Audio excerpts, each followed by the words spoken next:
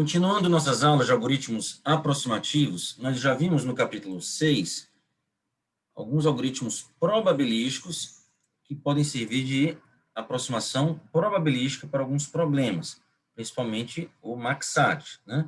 Vimos a definição do que é uma alfa-aproximação probabilística, o algoritmo aproximativo probabilístico, o probabilístico aproximativo, está relacionado com o valor esperado do custo da solução retornada, né? Vimos a aplicação para o problema de satisfatibilidade máxima, o MACSAT, tá? Vimos o algoritmo de Johnson, que simplesmente chuta um valor verdadeiro ou falso para cada variável, né? MACSAT Johnson. E vimos que o valor esperado do número de cláusulas satisfeitas é esse valor, 1 menos 1 sobre 2 elevado a k, onde cada cláusula tem pelo menos k variáveis, vezes o ótimo. Tá? Se o k é igual a 1, nós temos um algoritmo meio aproximativo. Tá? Meio aproximativo. Vimos aqui um truque de melhorar isso, mudando as probabilidades, né?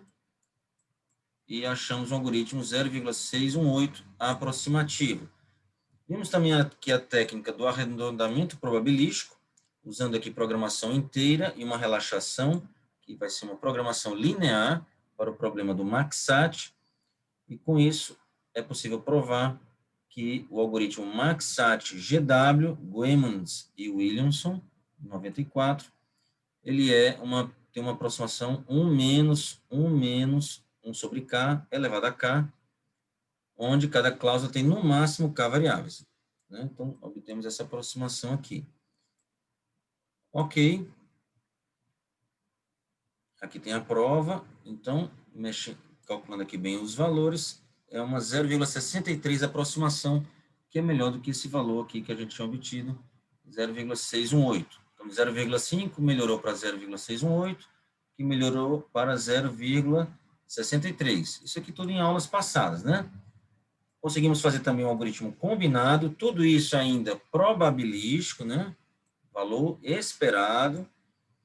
E conseguimos, com esse algoritmo combinado, roda o Johnson e o Goemans e o Williamson, e tira o melhor, dá uma aproximação 0,75.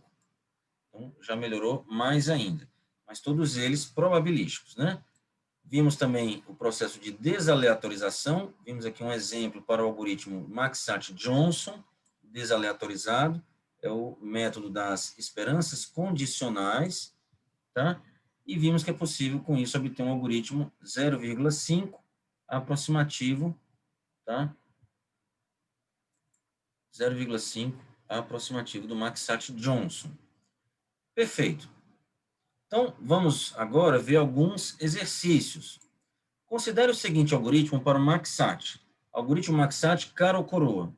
Gera um valor verdadeiro ou falso com probabilidade de 1/2. Então, B vai ser verdadeiro com probabilidade de 1/2 ou falso com probabilidade de 1/2. Para cada valor V de variável, atribua esse valor que eu chutei. Ou seja, eu vou colocar todas as variáveis verdadeiras ou todas as variáveis falsas com probabilidade de 50%. E devolvo essa atribuição. Mostra que esse algoritmo é uma 0,5 aproximação probabilística polinomial para o MACSAT. Polinomial, é claro que é, né? É muito simples ver isso, é um algoritmo bem rápido. Chuta um valor e coloca esse valor para todas as variáveis, tá? Agora vamos provar que ele é 0,5 aproximativo. Aqui tem a demonstração bem curtinho aqui. Seja C uma cláusula qualquer, qual a probabilidade dessa cláusula ser verdadeira?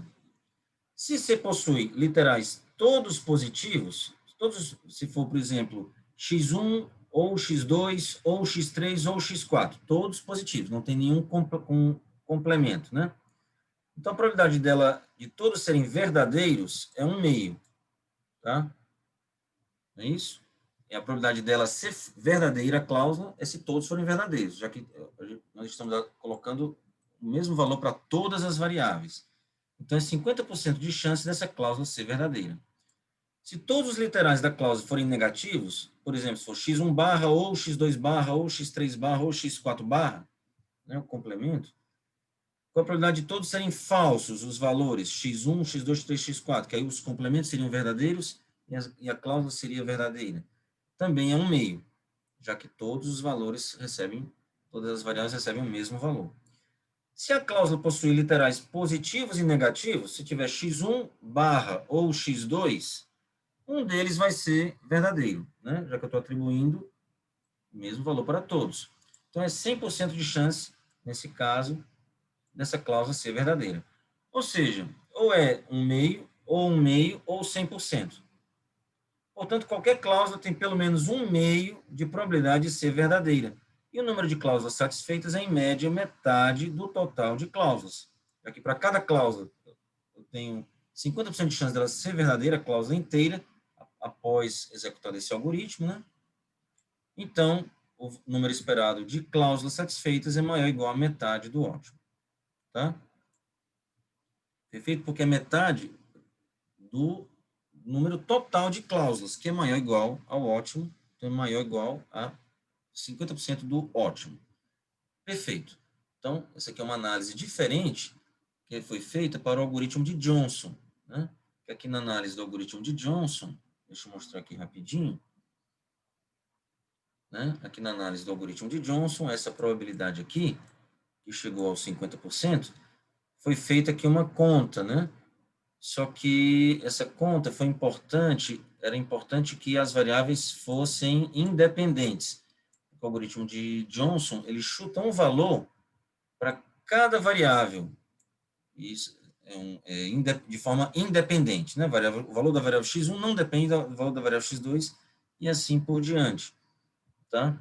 E aí a gente pode fazer essa conta dizendo que a probabilidade de todos serem falsos, né, é um meio vezes um meio vezes um meio vezes um meio, porque são independentes. Aí fica 1 sobre 2 elevado a k. No problema do exercício, não podemos fazer isso, porque elas não são independentes, tá? Todas as variáveis vão receber o mesmo valor, ok? Então, a análise teve que ser essa que eu acabei de mostrar, porque não há independência. Perfeito. Próximo exercício. 6.2. Inspire-se no algoritmo Max-Sat-Johnson e projete uma 0,5 aproximação probabilística polinomial para o problema do corte máximo. Como é que é esse problema do corte máximo? Max cut GW. Eu tenho um grafo G e custos nas arestas. Dado um grafo G e um peso WE racional maior ou igual a positivos, né? Não negativos, para cada aresta E do grafo G, encontrar um corte R que maximiza W, o peso, né, dessas arestas. O que é um corte, né? Um corte é uma partição do conjunto dos vértices A e B. Os vértices ou vão para A ou vão para B, né, uma partição. E eu olho o número de arestas, as arestas que estão de A para B, e vejo o peso, somo o peso dessas arestas. Seria WR, né? O peso das arestas, a soma dos pesos das arestas que cruzam o corte. Tá. Como é que seria o algoritmo? Vamos criar um corte aleatório, tá? Eu quero encontrar um corte que maximize. Vamos criar um corte aleatório. Como vai ser esse corte? Vamos criar um conjunto A aleatoriamente. Para cada vértice V do grafo G, coloque o vértice no conjunto A com probabilidade de 1 meio. Seja B o conjunto de vértices menos o conjunto A. Ou seja, cada vértice V tem probabilidade de 50% de estar em A ou 50% de estar em B. Vamos analisar o peso do corte AB do grafo G. Como todo vértice ou está em A ou está em B, após esse processo, então AB vai ser um corte. Cada aresta UV, agora vamos ver as arestas que estão passando entre A e B. Cada aresta UV tem um meio de probabilidade de estar entre A e B. Por quê? Qual é a probabilidade de quando é que uma aresta está de A para B? Ou o U está em A e o V está em B, ou o U está em B e o V está em A. Qual a primeira probabilidade da primeira possibilidade aqui? U em A e V em B. Qual a probabilidade de U estar em A? 1 meio. E do V está em B? 1 meio também. 1 meio vezes 1 meio, 1 quarto. Agora vamos ver a segunda probabilidade. A probabilidade de U está em B, 1 meio. De V está em A, 1 meio também. 1 meio vezes 1 meio, 1 quarto. Somando os dois, 1 quarto mais 1 quarto, temos 1 meio de probabilidade dessa aresta estar passando entre A e B. O peso esperado do corte AB é metade do peso total das arestas. Por quê? Porque quando a gente for somar o peso das arestas, né? Então, no corte, eu vou somar, né? Como vai ser a média? Eu vou fazer a conta da probabilidade dela estar no corte vezes o peso, né? Como a probabilidade é 50% para cada aresta, então cada peso vai ser contado 50%, tá? Esse peso esperado é maior ou igual a metade do peso do corte máximo, tá? Porque vai dar metade do total de arestas, né, do peso total, né, que é maior ou igual ao ótimo. Perfeito? Então dá 50% do ótimo, como esperado, 0,5. Né? Perfeito. Vamos ver aqui mais uma questão. Escreva uma versão desaleatorizada do algoritmo Maxat-GW, Maxat, Guimans e Williamson. Nós já vimos aqui o do Maxat-Johnson, né? Apresente-a da forma mais simples que puder, omitindo, se possível, todos os vestígios probabilísticos do algoritmo original. Prove sem usar argumentos probabilísticos que o algoritmo obtido é uma 0,63 aproximação para Maxat. Então, é possível também obter um algoritmo Maxat combinado GW desaleatorizado, não só o GW, com fator 3/4 de aproximação 3/4 determinístico, não mais probabilístico, né? Porque é desaleatorizado. É possível, além do Maxat-GW, fazer também o combinado, né? O combinado. Aqui seria um plus, aqui, um extra aqui da questão. Como é que seria isso? Como é que nós faríamos isso? Bem, para isso vamos relembrar aqui como foi o Maxat-Johnson desaleatorizado. A gente usava o método das esperanças condicionais, não é isso? Então, a gente tem que fazer uma conta, imaginando para cada variável, se eu der verdadeiro para essa variável, quanto seria a conta da esperança condicional? E se eu der falso para essa variável, quanto seria a esperança condicional? E escolho o maior dos dois. Dá para fazer a mesma ideia aqui, o algoritmo seria praticamente idêntico, esse Maxat, seria um Maxat GW desaleatorizado, né? A diferença estaria na conta da esperança condicional. Esse algoritmo queria mudar bastante, né? Então, no Maxat-Johnson, a conta aqui da esperança condicional tinha a ver com 1/2 elevado a alguma coisa, né? Porque dependia dos valores, né? Porque 1/2 elevado, porque sempre todas as variáveis têm probabilidade de 1/2 de ser verdadeiro ou falso, né? No caso do GW, não. Aí tem que relembrar o GW agora. Como é que é o GW? Maxat, Guimans e Williamson. Ele obtém valores a partir de um arredondamento, né, do, do algoritmo, da solução obtida da programação linear, da relaxação lá que veio da programação linear, né? Então, nós temos que passar esses valores XZ aqui, né? Esses valores obtidos da programação linear tem que ser passado para a para o algoritmo aqui de esperança condicional. Então, temos que ter um parâmetro a mais do x, que vem da programação linear, e a partir desse x, que é de onde vai vir a probabilidade de ser verdadeiro, vai depender desse valor de x, e o falso também. Então, ao invés de ser 1/2, vai ser x vezes x, vai ter um produtório aqui que vai ter que ser feito. Ao invés de ser 1/2 elevado a k, 1/2 elevado a k menos 1, vai ter que ser x1 vezes x2 vezes x3, dependendo dos valores da cláusula lá, né? Então, nós vamos olhar para cada cláusula, né? Bom, para cada cláusula, então, nós vamos olhar o valor, vamos olhar as variáveis que estão naquela cláusula e vamos fazer aqui um produto, ao invés de 2 elevado a 1/2 elevado a k, vamos ter que fazer x1 vezes x2 vezes x3, onde esses valores são os valores relacionados à cláusula. Então, eu não vou colocar aqui detalhes, já que essa é uma questão da lista de exercícios. Estou apenas dando uma dica para vocês, tá? Perfeito. Então, o principal é mudar o algoritmo de esperança condicional. E fica a dica de fazer o mesmo também para o combinado. Também dá para desaleatorizar e obter um algoritmo de fator de aproximação 3/4 determinístico. Perfeito. Finalmente, vamos fazer a questão 6.8. Considere o seguinte algoritmo para escalonamento. Problema de escalonamento que nós já vimos. Escolha aleatoriamente a próxima tarefa a ser escalonada e aplique o critério de Graham. Estime o valor esperado da solução assim obtida. Tá?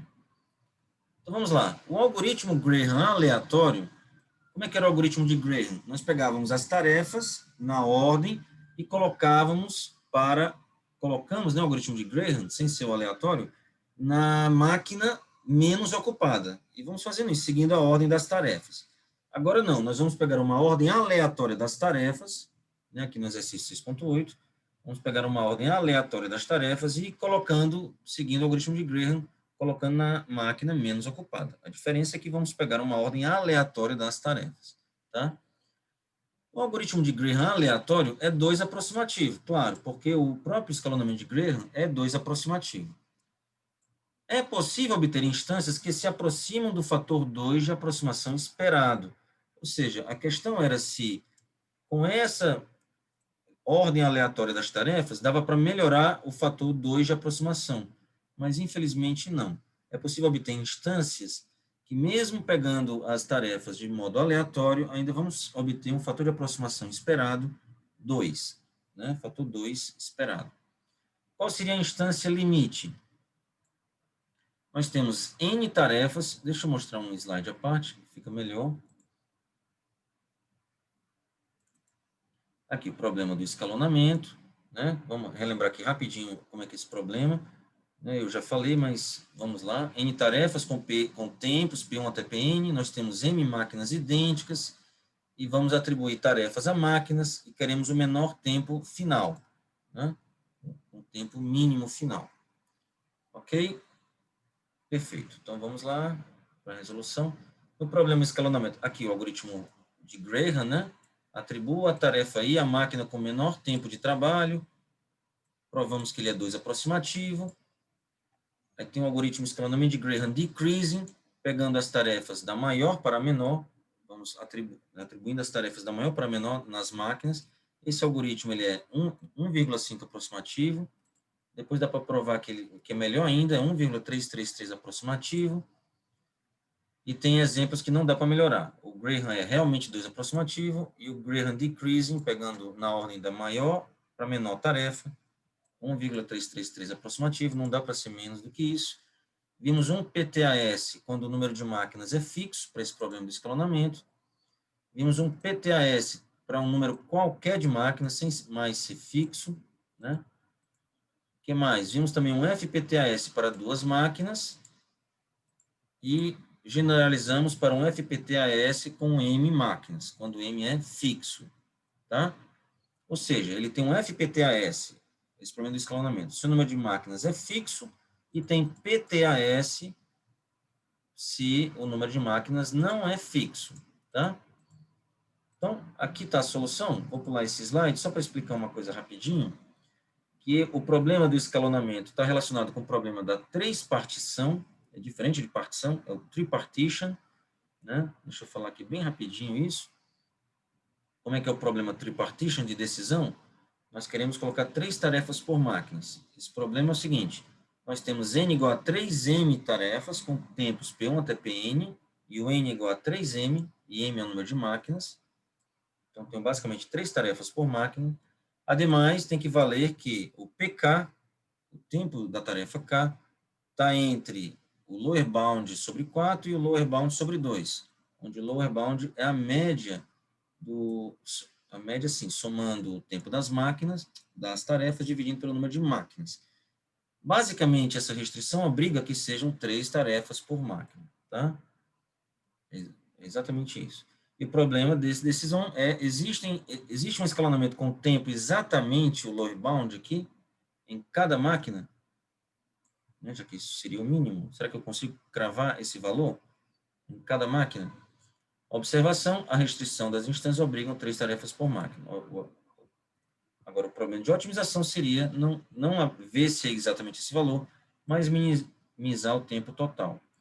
Esse problema tripartition é um problema de decisão clássico, é bem conhecido, é provado ser NP completo forte, no clássico livro de Gary Johnson, né? E essa versão ótima do tripartition é um caso particular do escalonamento.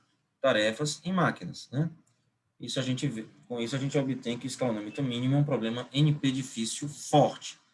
Por que que eu estou falando isso? Então, vamos voltar aqui às conclusões que a gente tinha chegado, que o problema de escalonamento tem um FPTAS quando o número de máquinas é fixo e tem um PTAS quando o número de máquinas não é fixo.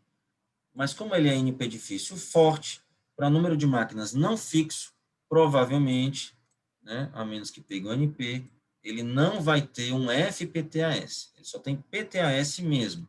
FPTAS só para número fixo de máquinas. Nós já vimos isso numa aula passada. Perfeito. Agora, voltando aqui à questão, ao exercício que a gente queria resolver. O algoritmo aproximativo probabilístico para escalonamento. Está aqui. Ordene as tarefas de modo aleatório, uniformemente, né?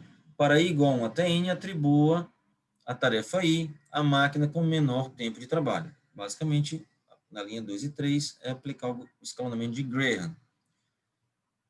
Já vimos que ele é 2 aproximativo, porque o algoritmo de Graham, sem ser aleatório, é 2 aproximativo. Então, ele também é 2 aproximativo. Será que poderia ser melhor do que 2 aproximativo? A gente prova aqui que não, né? E aqui, para provar que não, achamos aqui uma instância limite. Como é que é essa instância limite? Nós temos n tarefas de tempo n e n ao quadrado vezes n mais 1 tarefas de tempo 1 em n vezes n mais 2 máquinas. Tá? Então, no total, nós temos n tarefas mais n ao quadrado vezes n mais 1 tarefas. Só que essas primeiras de tempo n e essas depois do tempo 1. E o tempo ótimo seria n em cada máquina. Eu coloco cada uma dessas tarefas grandes de tempo n em uma máquina só, né? Então, tira n máquinas daqui, fica n ao quadrado mais 2n menos n, fica n ao quadrado mais n, né? Que é n vezes n mais 1. Dividindo n ao quadrado, n mais 1, por n vezes n mais 1, vai sobrar n tarefas pequenas em cada máquina, cada um de tempo 1, dá n em cada uma das outras máquinas. Então, tempo ótimo, n em cada máquina. Esse é o ótimo, tá? Agora vamos ver como é que esse algoritmo escalonamento de Graham aleatório funcionaria com essa instância, né? A ordem aleatória, como é que a gente poderia fazer? Um modo de fazer isso seria sortear uniformemente um número em 0, 1 para cada tarefa. Para cada tarefa eu sorteio um número em 0, 1, 0,3, 0,43 e tal. A ordem desses números determinaria a ordem das tarefas. Pronto, com isso a gente consegue obter uma ordenação aleatória das tarefas, tá? Chuta um número uniformemente em 0, 1 para cada tarefa, a ordem desses números determina a ordem das tarefas. Perfeito. Por estatística de ordem, isso aqui é algo conhecido na área de estatística, o número da última tarefa grande, né, olhando só as tarefas grandes, que são chutados, são N tarefas grandes, né, e eu estou chutando números em 0, 1, a última tarefa grande vai cair mais ou menos no número N sobre N mais 1. É que eu estou sorteando números em 0, 1. O número esperado, né, da ordem da última tarefa, além do maior valor da tarefa grande aqui, é mais ou menos, né, o número esperado é N sobre N mais 1, que é 1 menos 1 sobre N mais 1. Tá? Perfeito. Então, essa última tarefa grande, ela é um número bem perto de 1. Então, com alta probabilidade, quantas tarefas pequenas vão estar antes dela, né? Então, é basicamente esse valor, N sobre N mais 1, vezes o número total de tarefas pequenas. Então, para a gente aumentar aqui a probabilidade, vamos fazer, ao invés de 1 menos 1 sobre N mais 1, vamos fazer 1 menos C mais 1 sobre N mais 1, para aumentar ainda mais a nossa probabilidade de chance, onde C é uma constante, vezes o número total de tarefas pequenas, n ao quadrado vezes n mais 1. Isso aqui é o número, então, número de tarefas pequenas antes da última tarefa grande. Tá? Com o algoritmo de Graham, então, de novo, com alta probabilidade, nós temos essa quantidade aqui, 1 menos C mais 1, n mais 1 para uma constante C bem grande, imagina, vezes n ao quadrado vezes n mais 1. Tá, trabalhando aqui, nós temos n mais 1 aqui embaixo, vai cancelar com esse n mais 1, aqui vai ficar n menos c vezes n ao quadrado, né? Então, o algoritmo de Graham, associado primeiro a essas tarefas pequenas, no pior caso, iria distribuir todas essas tarefas pequenas em todas as n vezes n mais 2 máquinas. Então, aqui vai dar n ao quadrado vezes n menos c, tá aqui, n ao quadrado vezes n menos c, tarefas pequenas, antes da última tarefa grande, divididos igualmente por todas as máquinas, n sobre n mais 2, eu vou ter aí, em todas as máquinas, pelo menos essa quantidade aqui de tempo, né? Somando ao tempo n da última tarefa grande, nós temos que o tempo mínimo vai ser pelo menos isso, considerando aqui o tempo da última máquina grande. Esse aqui é o tempo da última máquina grande, última tarefa grande, perdão, mas aqui é distribuindo as tarefas pequenas que ocorrem antes dela em todas as máquinas. Fazendo aqui uma continha, não é difícil ver que dá 2 menos c mais 2 sobre n mais 2 vezes n. Fazendo n tender a infinito, e c sendo uma constante, esse valor vai tender a 2. Né? Como o ótimo é n, e aqui vai ficar 2 vezes n, então o fator de aproximação é 2. Então, esse aqui é um exemplo assintótico de que, mesmo pegando as tarefas, ordenando as tarefas de modo aleatório, é 2 aproximativo. Ok? Então, voltando lá para a questão. Então, com isso, nós terminamos aqui as questões que eu estava proposto a ver com vocês, tá? Então, aqui também tem uma explicação que é semelhante àquela que eu acabei de mostrar no slide à parte, do que mesmo sendo aleatório, a escolha da próxima tarefa, nós temos instâncias ruins que batem o valor 2. É isso.